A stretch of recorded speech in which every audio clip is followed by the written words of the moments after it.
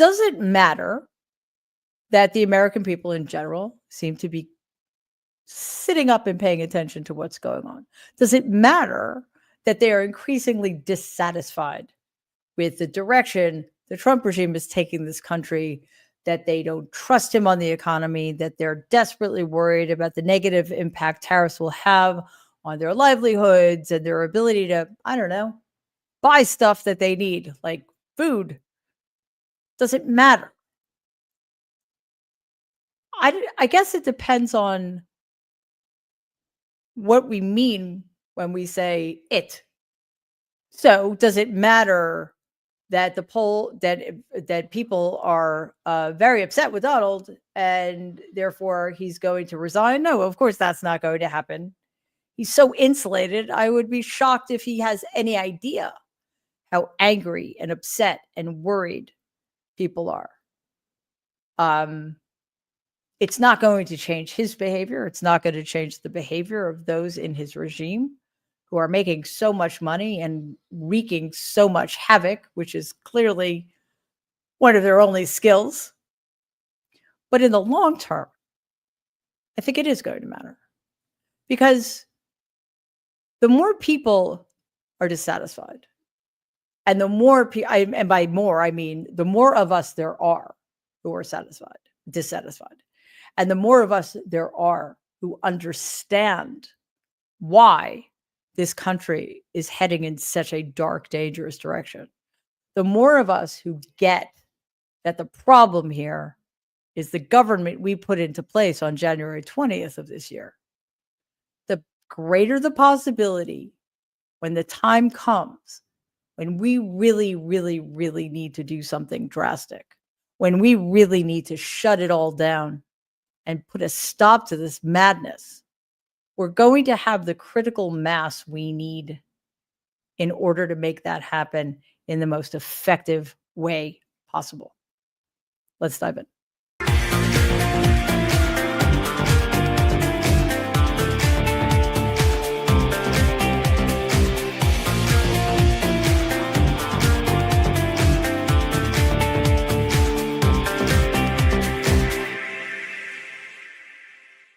Hello, everybody. Welcome to this evening's episode of Mary Trump Live. Thank you for being here. It is wonderful to be here with you. Okay, so another, I think it's just short. The shortcut is to say another day ending in Y, on which we have this show.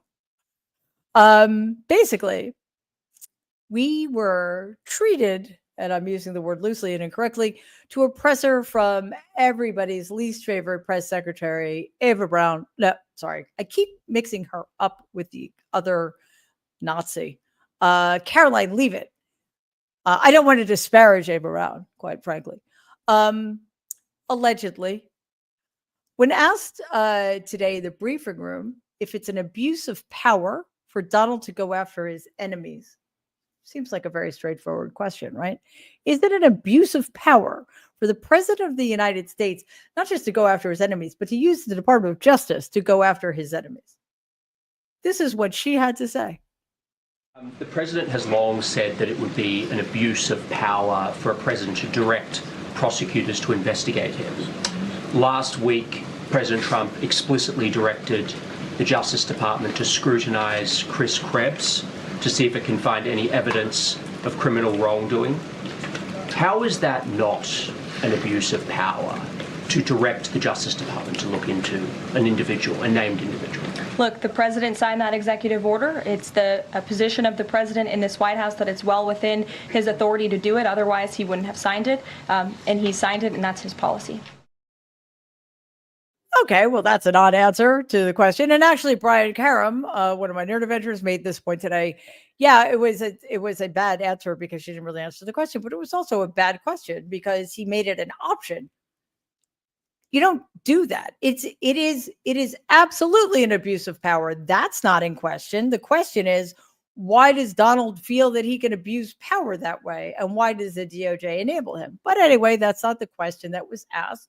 I'm sort of curious why she's allowed to wear a cross around her neck. Now, I'm not a religious person.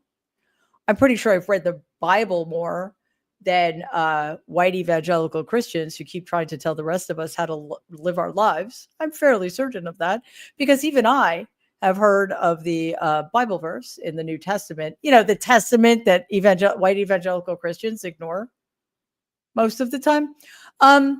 I have heard of the Bible verse that tells us to do unto others as you would have done to you.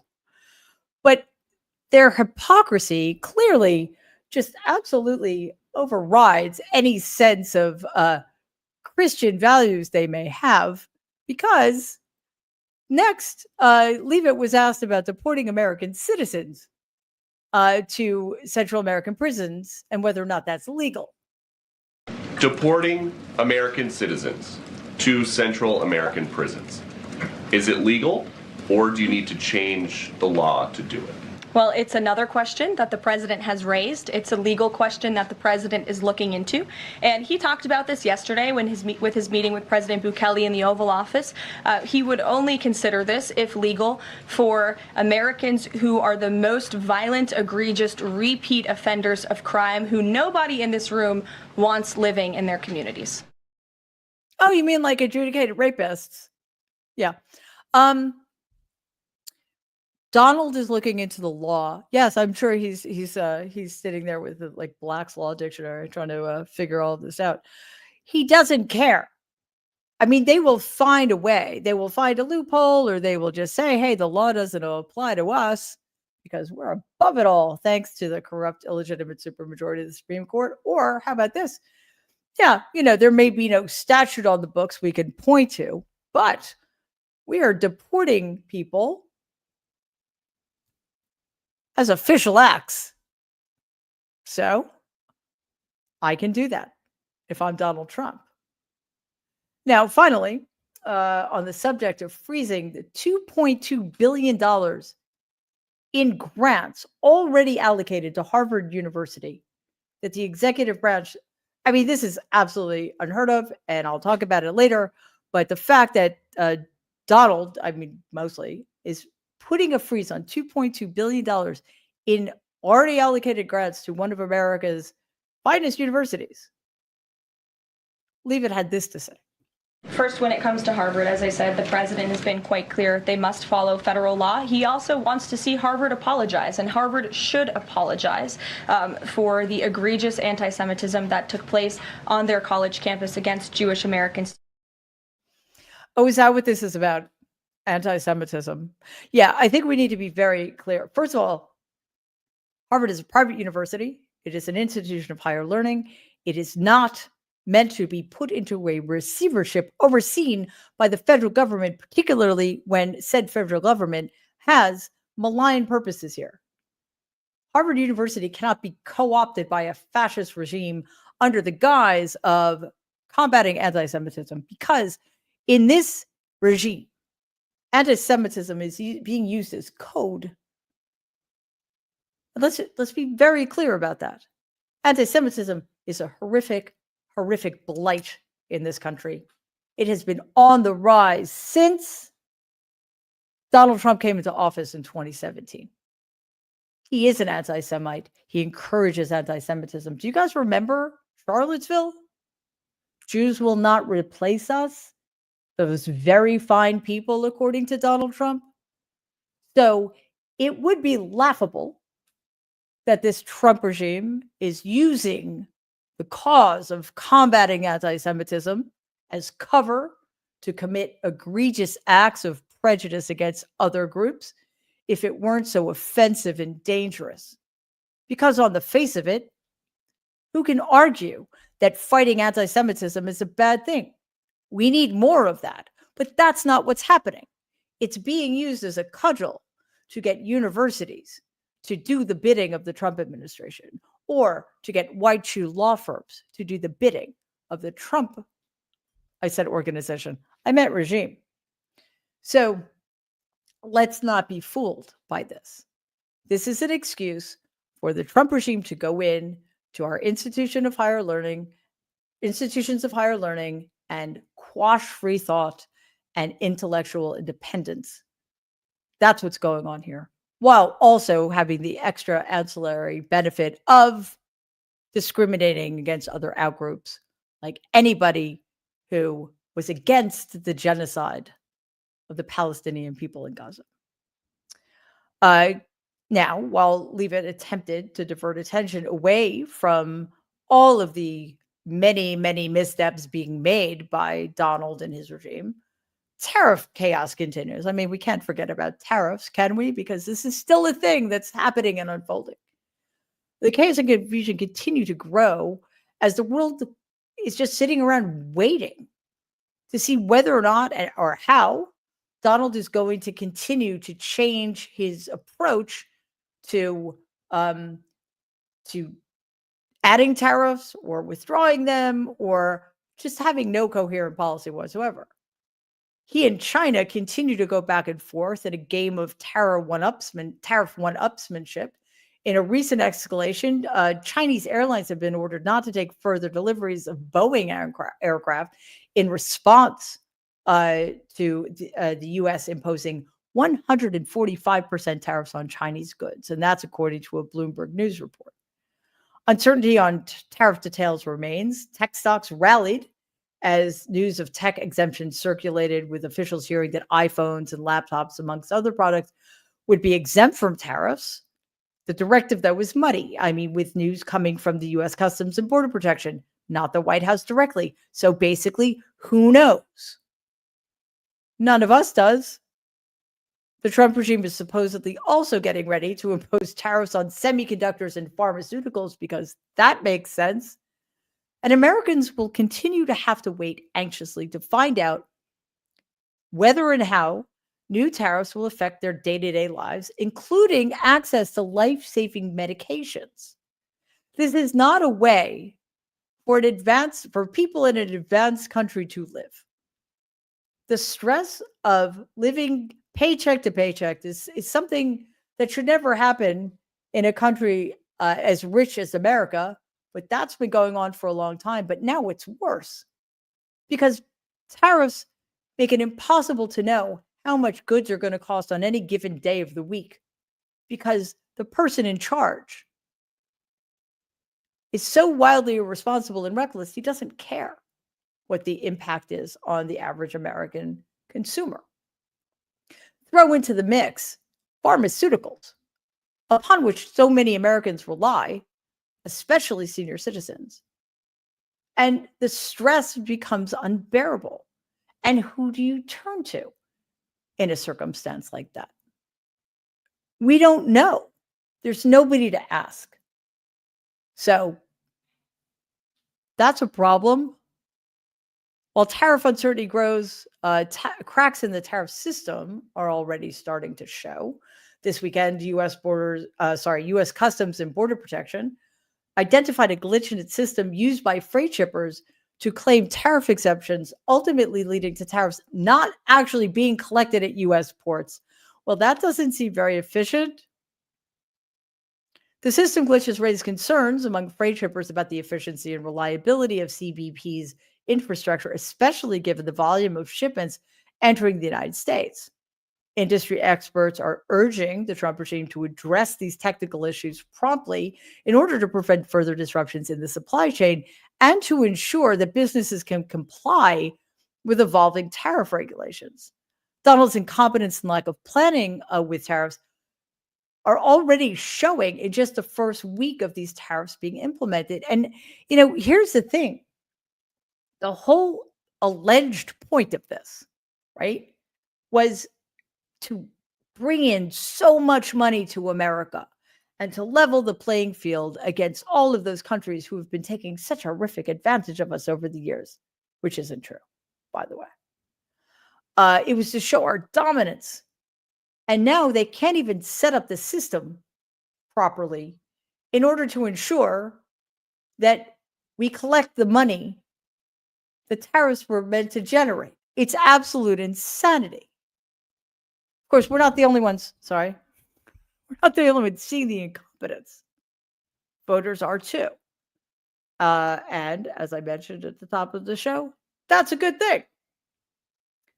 Donald's polls are down a lot. CNN data guru Harry Enton rolled out the breakdown of the latest CBS YouGov poll on the network on Monday. Take a look at this. Think the economy is getting worse. Back in November, it was 42% of Americans. You don't have to be a genius to follow this timeline. By February, it was 49%, March, 51%. Look at where we are now, 53%. The clear majority of Americans think the economy is getting worse, and that number is rising. When Trump, of course, won that second term, it was 42%. Now we're up 11 points. The clear majority, 53%. This poll and this number in particular is no bueno for the president. More responsible for the state of the economy, or the economic state. In March, CBS News asked about inflation, and 38% said it was Joe Biden who was more responsible, compared to 34% who said Donald Trump. Let's jump forward to now, in the month of April. Look at this number. 54% of Americans say that Donald Trump is more to blame for the state of the economy than Joe Biden. Joe Biden's number has fallen from 38% to 21%. Donald Trump may try to blame Joe Biden for this, and maybe that was working a month ago in the month of March. But since the tariff war has begun, it's not working anymore. Yeah, it's so weird that people don't hold the guy who hasn't been president for 3 months responsible for what's happening right now. Good try, Donald.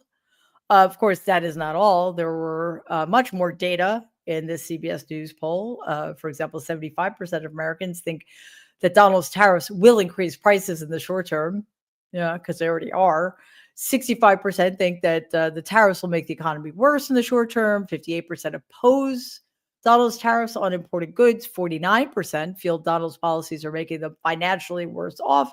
And 60% disapprove of Donald's handling of inflation. All of this comes on the heels of consumer sentiment being at a significant low. The University of Michigan's surveys of consumers found that U.S. consumer sentiment plunged 11% at the start of April compared to last month. That is a large decline that was, quote, pervasive and unanimous across age, income, education, geographic region, and political affiliation, unquote. According to the survey's project director, Joanne Sue, who said that, quote, sentiment has now lost more than 30% since December 2024, amid growing worries about trade war developments that have oscillated over the course of the year, unquote. Friday's assessment shows that overall consumer sentiment has fallen to its second lowest level since the early 1950s, and there's plenty of room for it to keep falling.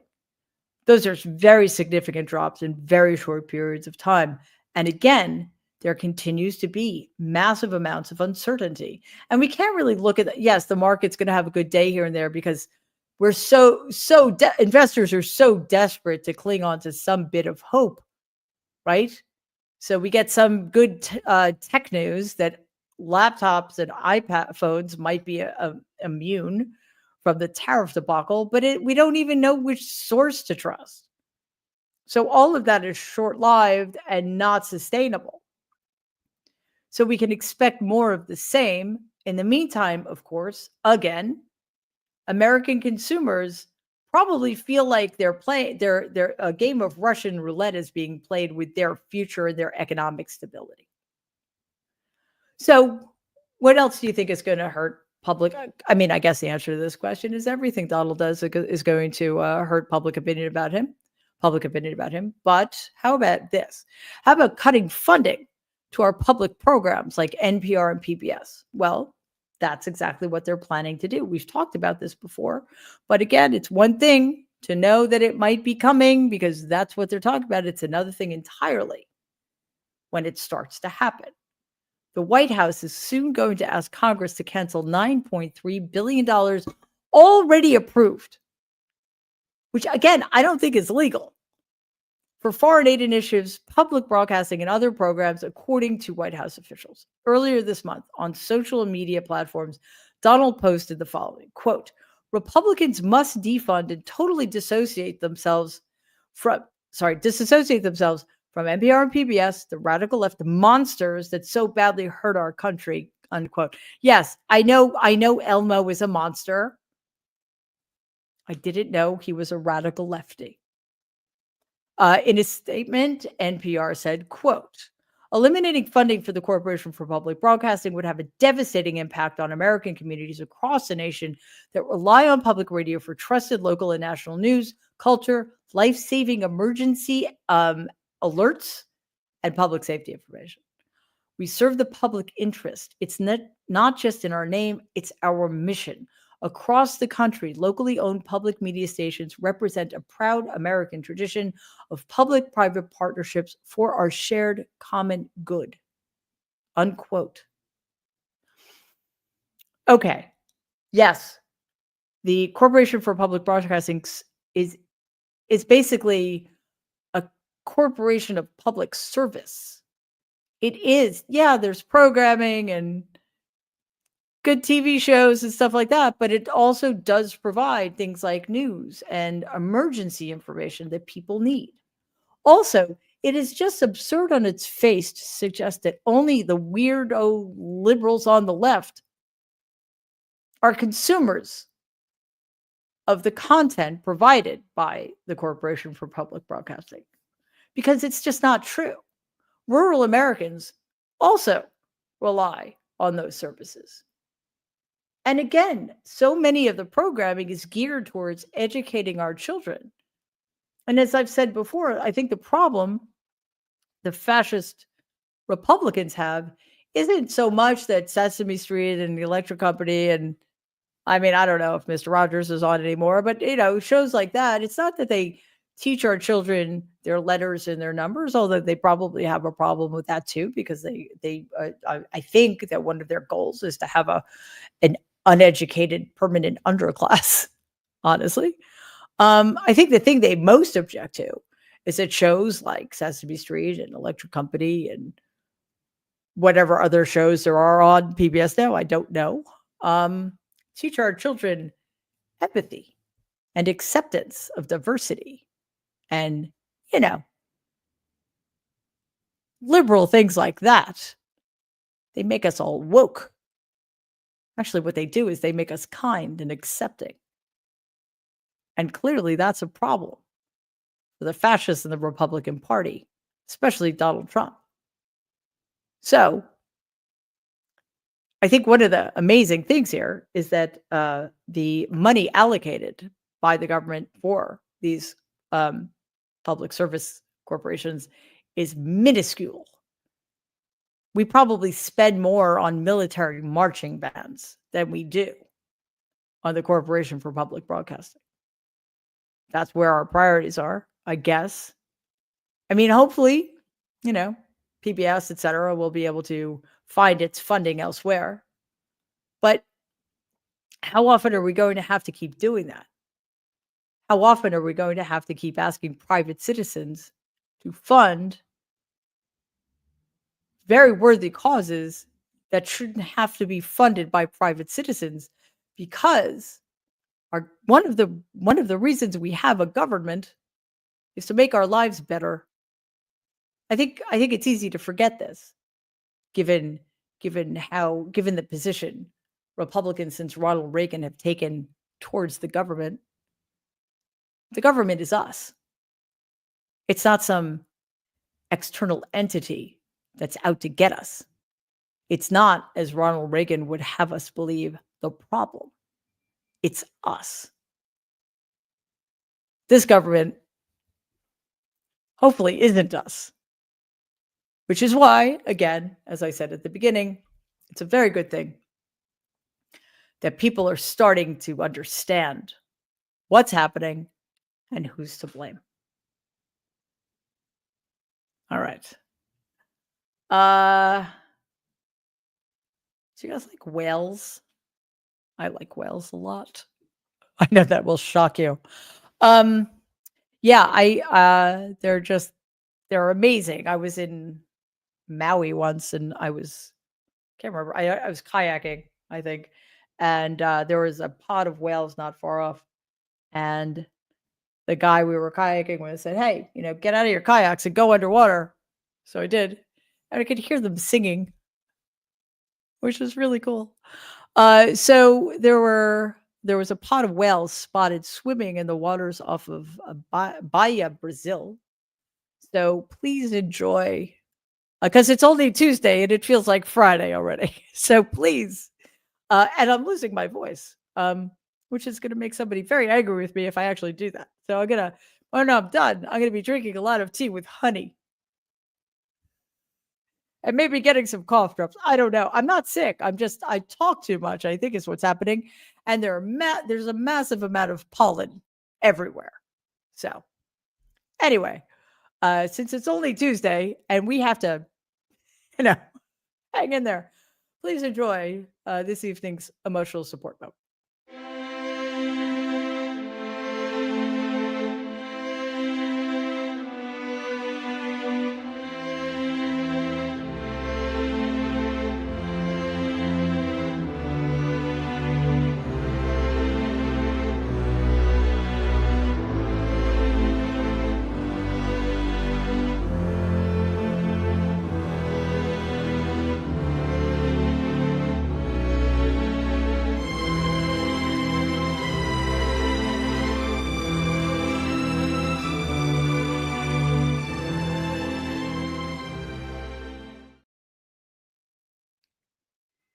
Yeah.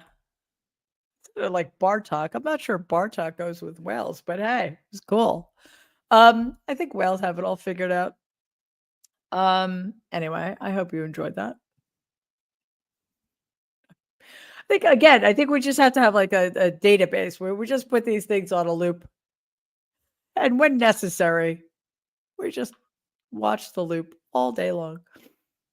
All right, let's see what we got here. Suki56, thank you as always. Good to see you. Comment, all of the administration needs to be picked and sent to El Salvador prison without due process like they did others.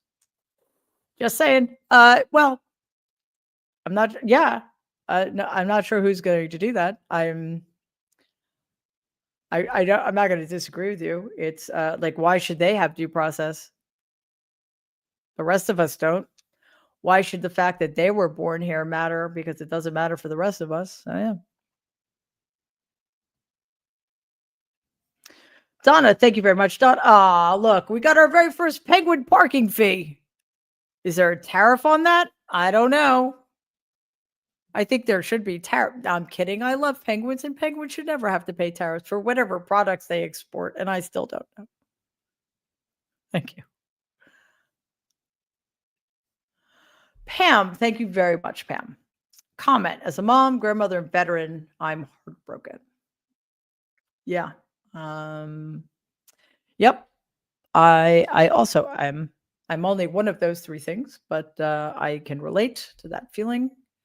It is very difficult to see what's happening and not be heartbroken. But again, doesn't mean we give up, and it doesn't mean we turn away. There's way too much for us to fight for. But I think it's extraordinarily important that we acknowledge how we feel, because we have every right to feel that way. So I'm very sorry, but I hope your kids and your grandkids, and your comrades provide some solace for you. And I hope we do some of that too. Reverend Antoine, thank you very much. Comment, thanks for your books and informative channel. Well, thank you very much for saying that. We really do, honestly, sincerely appreciate having the opportunity to do this. So I'm glad it helps. Invisible Pink Unicorn, thank you so much for that. Comment, thanks for your sanity in a world of crazy. Maybe not the word I would choose, but okay. At least not always. Every time I think of those people who were sent to that gulag, I want to cry. Yeah. By the way, that so-called press secretary is infuriating. Yeah, Caroline Leavitt is. Is she worse than Stephen Miller? No, but she just takes to it so easily at such a young age that I think that's what horrifies me. That she's so young and so far gone and broken. But yes, the situation in El Salvador is just absolutely horrifying, and we are now seeing the problem with the lack of foresight and imagination of the people who, the framers of the Constitution. Now, of course, they weren't psychic; they couldn't see, what kind of guns we would have in 250 years, and they couldn't imagine somebody like Donald Trump. But they should have provided some guardrails. Like I mean, I think believing that honor and a sense of shame were enough to keep people in line. I think they could have codified a few things. In fact, a friend of mine who's a extraordinarily fine First Amendment attorney once said to me, "The founders were a bunch of idiots." So I defer to him.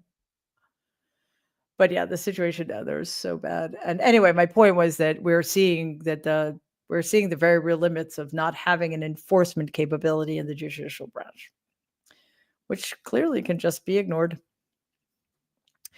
All right, Dumpster Diving Dragon, thank you so much as always. I have to translate. From within the POTUS DJT homeland, the American Red Dawn, the Inside Out gang rides again. Thank you, Mary Maritime Media. You're quite welcome. I'm quite enjoying your are those emojis or the emoticons? I don't know. I'm not that well versed. I think they're awesome.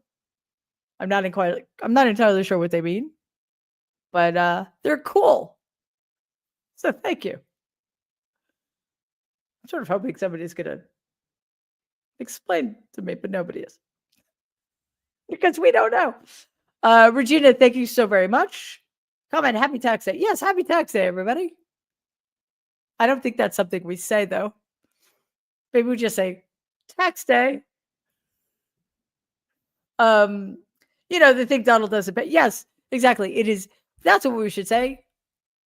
Happy the day that Donald doesn't pay his taxes. Yeah, because that's fair. Must be nice. From Substack, T.W. Simons. Comment, we the people have the power together, stay banded together. Yes, absolutely. And when we're seeing this with white shoe law firms and institutions of higher learning just screwing up and letting themselves be picked off one by one. All they needed to do was band together because they should have been on the right side of all of this. By one of the one firm, one university abdicating, it increases the chances that the next one will, and it's just a domino effect. We can't first of all, one of the things that's so infuriating about that is that they have so much money and so much power that if they had just banded together from the very beginning and said, no way, you cannot coerce us, you cannot force us, we will not bow down to you.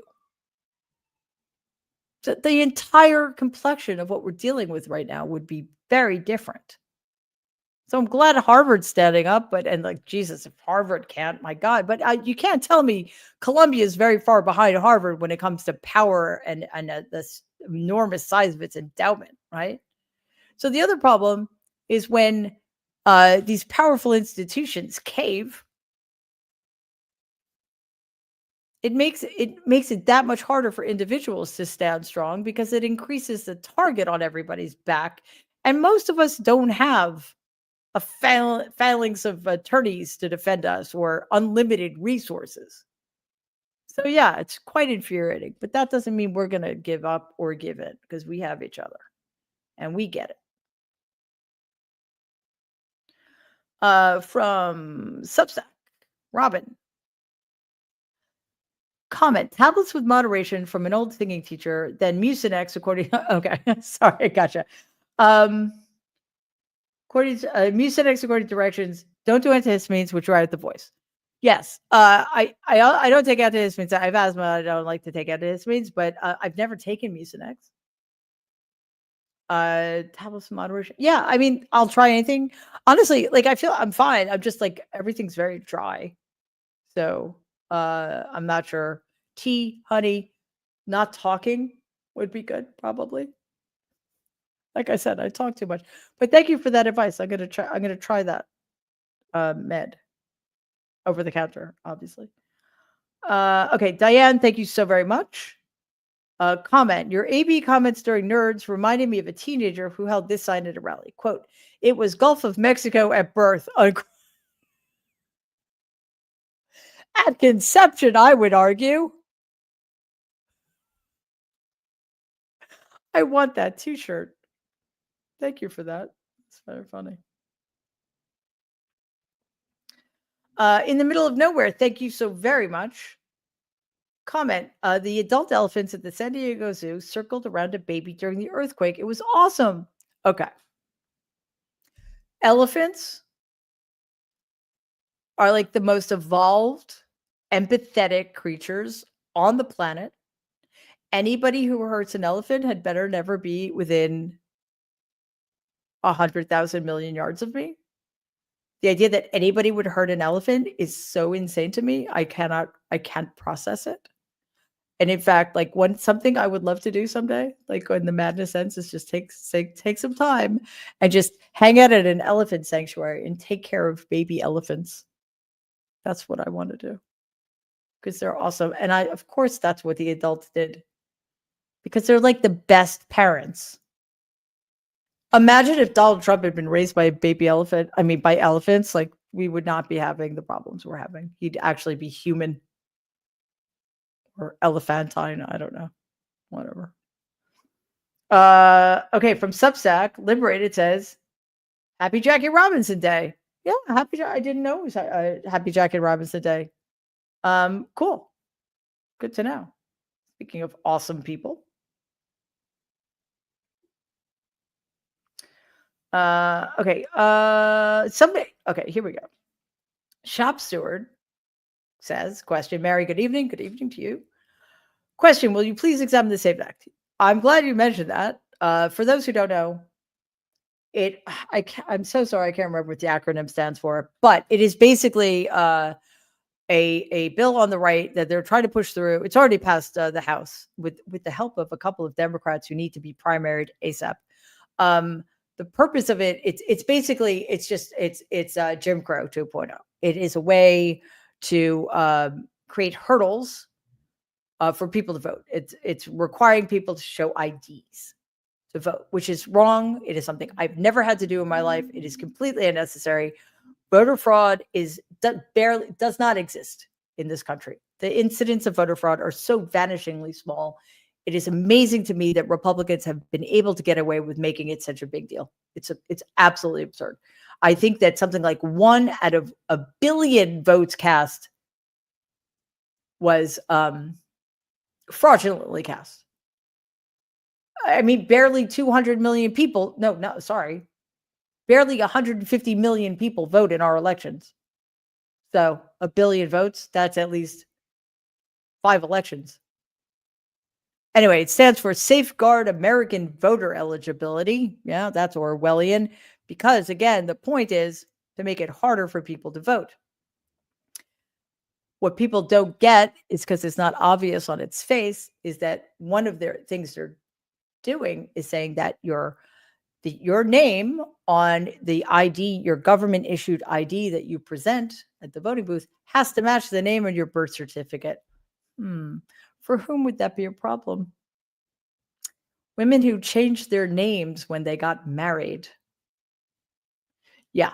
So it's a way to prevent women from voting. And our very own Danielle Moody is coming out with a video, a deep dive into this into this issue, which is compulsory viewing. It is such an important issue. And I can't imagine anybody explaining it better than Danielle will. So please check that out. C. Reinhardt, thank you so very much. And your comment is thanks for all you do. Well, you're very welcome. I'll keep saying it. We love doing what we do. And it is my honor. D, thank you so much. Comment, I'm reading and appreciating your books. I also love hearing your take on the daily. Well, thank you. That's great. I appreciate your reading my books. Actually, that means a lot to me. And yeah, we like being here daily. So thank you. All right, let's see what we got. Okay. I want to thank some people. Here's some super stickers I want to thank. Just me in the house. Thank you, as always. That is very generous of you. Not a fee for anything, though. All right, progress. Progress. Paul, thank you so very much, Paul. Michelle, thank you as well. That's great. Margot, Canadian in the house. Thank you very much, Margot. Jane, thank you. That's very kind of you.